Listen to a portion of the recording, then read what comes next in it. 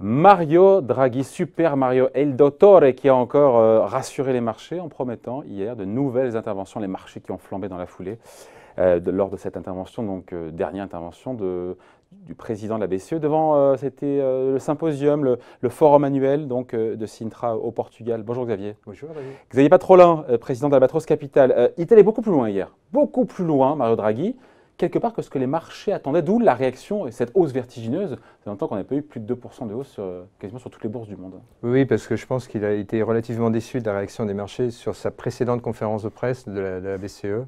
Donc il a voulu un peu enfoncer le clou, et donc il a laissé, c'est un espèce de whatever it takes bis.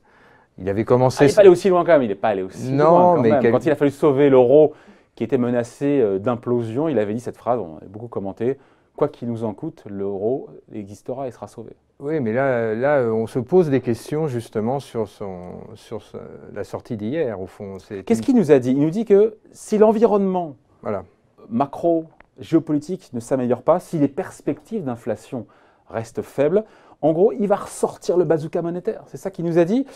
Mais ça ne veut pas dire qu'il va le faire. Et on se dit qu'en même temps, il a franchi le Rubicon, il est allé peut-être trop loin pour reculer.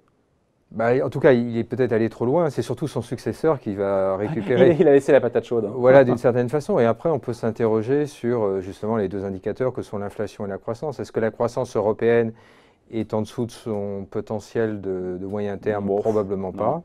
Est-ce que l'inflation, on menace de retomber en déflation? Non. On est sur ce qu'on appelle l'inflation core, c'est-à-dire quand on expurge, on enlève les éléments volatiles. On est à 1%. On est à 1%. Ce qui est faiblard, mais qui n'est pas catastrophique non plus. Oui, donc, surtout, ça ne bouge pas depuis bientôt 3 ans, quelles que soient les décisions de la BCE. Donc sa réaction, elle est disproportionnée par rapport aux data, aux données économiques sur la croissance et l'inflation, qui sont faiblardes, qui ne sont pas top, mais qui ne sont pas catastrophiques. Il a voulu corriger les anticipations sur le marché obligataire où au fond, les gens restaient dubitatifs justement sur ces potentialités, puisqu'au fond, la BCE, il y a encore à peine quelques mois, était calée sur une éventuelle...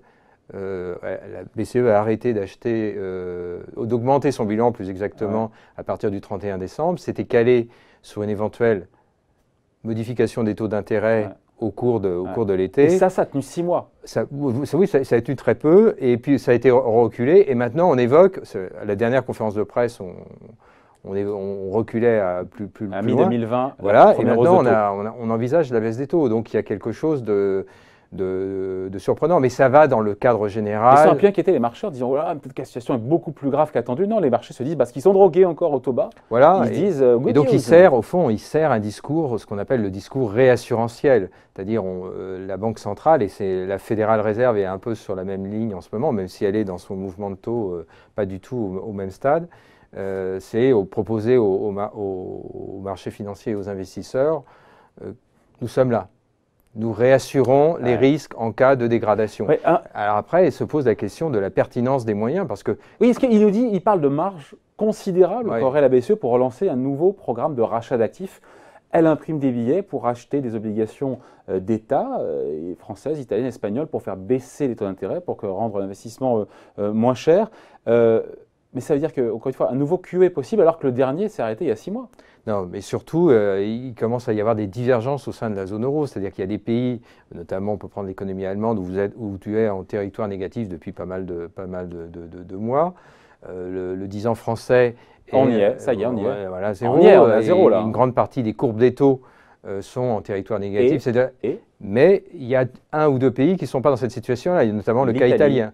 Le cas italien. Donc, que peut faire la BCE aujourd'hui? Parce qu'il faut savoir que quand la Banque Centrale Européenne fait ce qu'on appelle du quantitative easing, elle le fait au prorata, on va dire, des produits intérieurs bruts de la zone euro. Donc, ça veut dire qu'elle achète principalement de la dette allemande. Alors qu'il n'y en a pas besoin. Il n'y en a pas besoin. Et même il faudra changer la clé de répartition entre les différents pays. Et là, ça c'est très compliqué parce que ça nécessite un compromis politique que l'on ne voit pas. Acheter plus d'Italiens, acheter plus de Grecs, acheter voilà, plus... ça pourrait vouloir dire ça. Alors, ça peut toucher les dettes souveraines, mais ça peut aussi toucher, et là il y a peut-être plus de marge de manœuvre, ce qu'on appelle les dettes corporate, les dettes d'entreprise.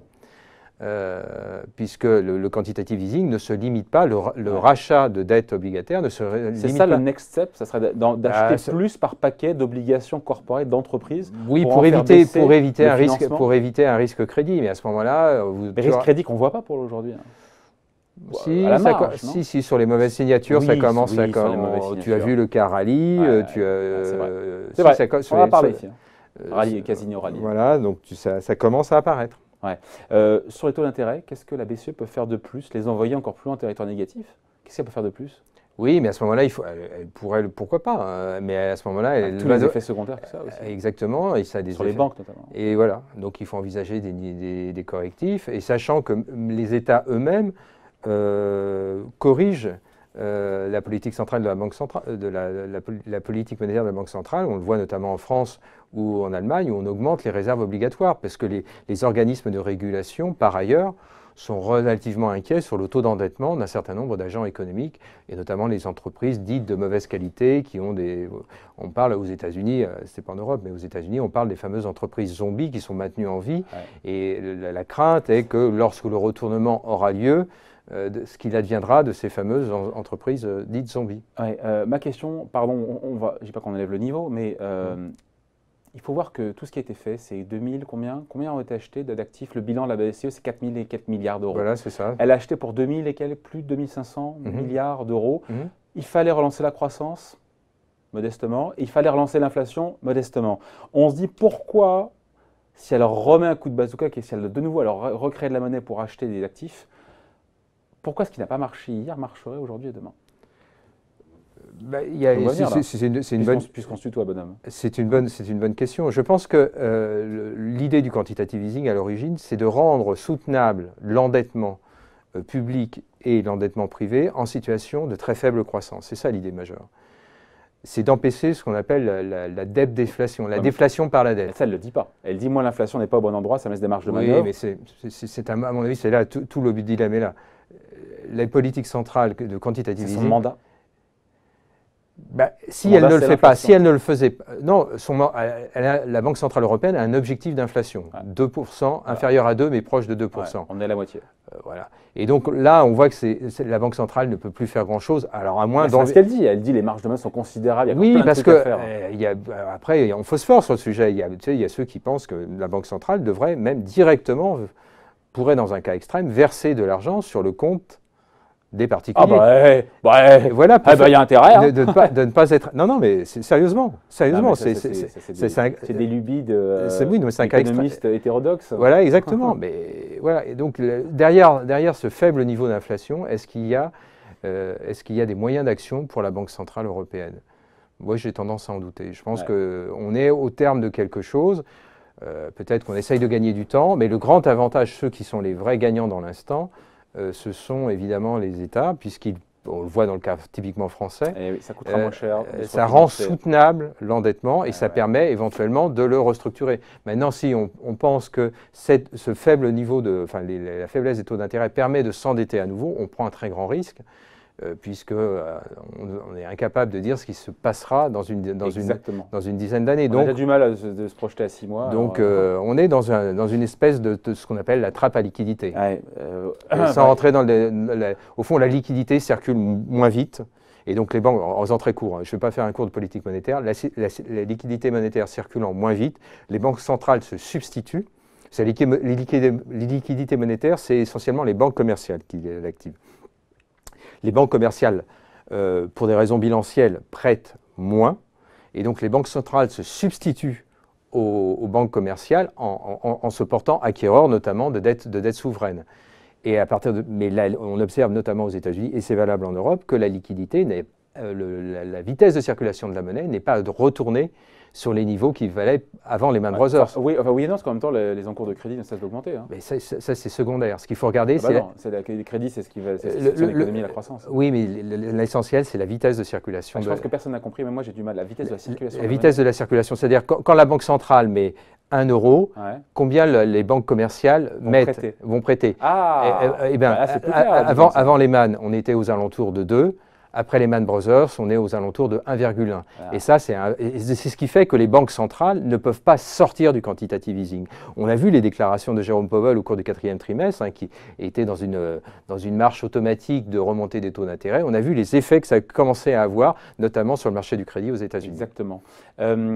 On finit là-dessus en disant quoi que si ce que fait la BCE est censé relancer l'économie, ça relance surtout les prix des actifs et de l'inflation, mais l'inflation des actifs. Et on l'a vu hier, ça réaction des marchés, ah oui, mais elle est directe, c'est-à-dire que derrière, on dit les taux vont rester plus bas, on va encore faire tout ce qu'il faut, les marchés actions montent, et on se dit que, alors qu'en creux, la BCE nous dit l'économie va moins bien, voilà, c'est ça. La guerre commerciale risque de faire du mal à l'activité. Mais c'est insensé, les marchés remontent. On se dit quand même que ça prouve que les marchés restent toujours drogués au taux bas, qu'on n'en est pas sorti. Oui, on pensait qu'on commençait à en sortir, on n'en est pas sorti. Et puis, ouais, c'est ça. Et puis, ils croyaient modérément Mario Draghi. Donc, ils sont dans une logique réassurantielle. C'est-à-dire, tant qu'il y a l'espèce qu'on appelle le put Mario Draghi, l'option de vente, qui est une espèce d'assurance. Et donc, il ne laissera pas les marchés s'effondrer. Voilà, en tout cas, qu'il est. On n'en est pas là en plus. Oui, mais le marché ne s'effondre pas. Oui, mais enfin, il yoyote depuis sur très longtemps. Sa réaction, encore une fois, c'est les propos du président de la BCE, disproportionnés par rapport à la situation économique. Oui, après, l'avenir nous le dira, mais il est surtout en fin de mandat. Je ne suis pas sûr qu'il ait complètement le mandat de son conseil, et son successeur sera modérément engagé par ses propos. Donc, il y a une espèce de dilemme derrière cette déclaration d'hier. Mais retenez quand même que c'est une espèce de réassurance réaffirmée. Donc, d'ailleurs, on l'a vu hier, si tu regardes les boîtes qui ont fortement progressé, il y avait notamment, pas que, mais il y avait notamment les boîtes qui étaient relativement endettées, et sur lesquelles il y avait un stress pour des raisons de cycle. Eh bien, c'est celles-là qui ont profité le plus avec des progressions qui étaient de l'ordre de 2 fois celles du marché. Donc ça nous dit bien que la notion de dette commençait, du point de vue des investisseurs actions, à être désensibilisée. C'est-à-dire que les entreprises qui avaient trop de dettes à leur bilan commençaient à avoir des performances boursières en retrait par rapport à celles du marché, avec un choix qui allait beaucoup plus sur ce qu'on appelle les valeurs de croissance. Ça les a soulagés. Ça les a soulagés, en tout cas momentanément. Il faudra voir si ça se prolonge sur les prochains mois. Nous le dira, on en reparlera tranquillement. Merci beaucoup Xavier. Xavier Patrolin, donc président d'Albatros Capital. Bye.